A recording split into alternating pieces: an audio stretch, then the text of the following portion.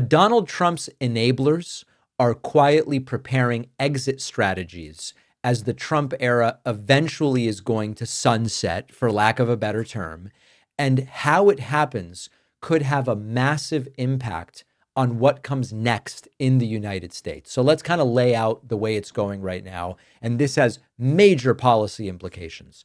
If you look publicly, if you just step back and say, what am I seeing out there on corporate media?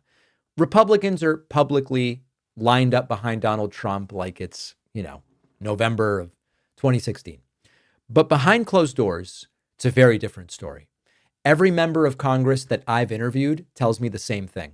Behind the scenes, plenty of Republicans in the House and in the Senate think Trump is unfit for office, that what he's doing economically makes no sense, that this is all a really bad idea. They won't say it publicly, most of them, because the base still loves him. They are too afraid of getting primaried. They are afraid of losing fundraising. And if this sounds familiar, it should, because you think back to January 6, 2021. Mitch McConnell stood on the Senate floor. We covered it live, I remember, and called Trump morally responsible for the insurrection.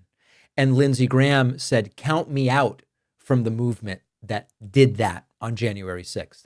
Kevin McCarthy said Trump bore responsibility for the Capitol attack.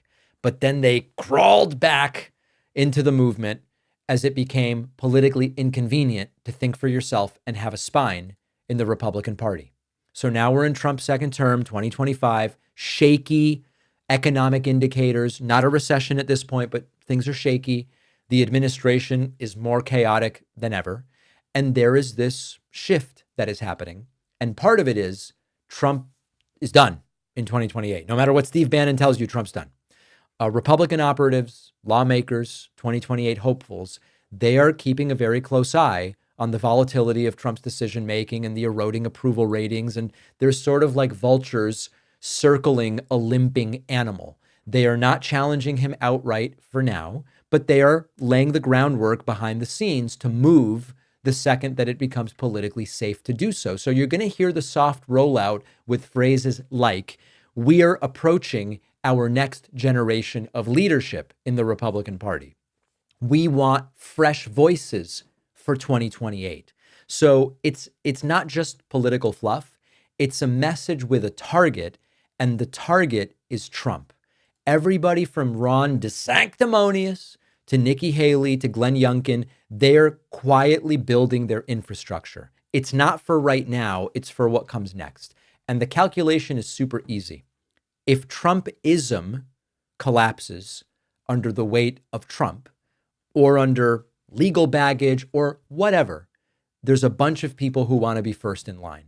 Even if it doesn't come until late in this term, the end of 2027 or even later, Republicans are quietly gaming out the scenarios. What happens if Trump is legally sanctioned or incapacitated? What if public opinion turns way against him, 80-20? What if there is an unavoidable cognitive fitness incapacitation? So the point here is they aren't betting on Trump's strength maintaining to where it is Trump's blessing that they will need in 2028. They are preparing for Trump's failure and abandoning, getting off the train at just the right time. There's also the Trump fatigue factor.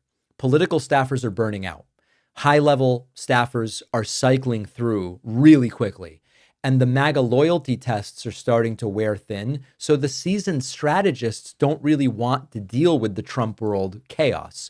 And then you've got right-wing media, the right-wing media's aspect of this, where right-wing outlets are sending signals if you know where to look. Fox, of course, covers Trump, but not with the same zeal. And we've even heard anecdotally just in the last 10 days, Peter Doocy and Maria Bartiromo and others starting to give airtime to some of the obvious questions that people are asking about the tariff policy or other policies. The Wall Street Journal editorial board will periodically remind readers of the instability of some of the economic ideas of Trump. You even hear from some of the new right talking about post-Trump conservatism, which when I hear a desire from them to go back to something like a Mitt Romney or a John McCain. And then finally, even some of the MAGA influencers are kind of hedging, and they're talking about we need discipline in our movement and using these sort of code words. So It is subtle for now, but the sort of moment that everyone is waiting for is when the risk flips. Right now, it's dangerous to oppose Trump. It may become dangerous not to, depending on how the next 3.5 years go. When that moment comes, many of the same Republicans who cheered the return of Trump in 24 are going to pretend, I was always skeptical of this. I was never really on board. I was trying to move the party forward. So we're watching it. Pay attention to it. Be ready for it. Folks, my book comes out tomorrow, okay? I've got a whole shelf of them here. Let me grab one. The Echo Machine comes out tomorrow. Dozens of people have already received it. It started shipping out last week. I have 2 requests and only 2 requests for you. Number one, I would love it if you bought this book. I don't yet know where it is going to land in terms of all of the nonfiction books that are coming out right now. We're doing everything we can to make it a success. Whether you like to read, listen to audiobooks, Kindle, it's available everywhere at this point. You could get it as soon as tomorrow if you order it right now. The final signed copies are available at davidpakman.com/booksmith. Sorry, let me say that once more. davidpakman.com/booksmith. And finally, please review the book. I'm not telling people who didn't read the book to review it. All I'm telling you is there are 3 really important places to review the book: Amazon, Barnes & Noble, Goodreads. The reviews alone could push this book into a successful first month rather than a first week. We will be featuring reviews also, by the way, on our social media and in other places. So that's where we are. We've got a great bonus show for you today. You can sign up at joinpakman.com. The book is out tomorrow. A lot going on. Glad to have you with us today. I have a book coming out. I've spent a long time working on this. I couldn't be more excited to share it with you. It is called The Echo Machine, and it answers a crucial question. How did American politics get so broken? And just as importantly, how do we fight back effectively before it's too late? Trump back in the White House, damage piling up, an administration filled with extremists and loyalists, attacks on democratic institutions, policies hurting working people.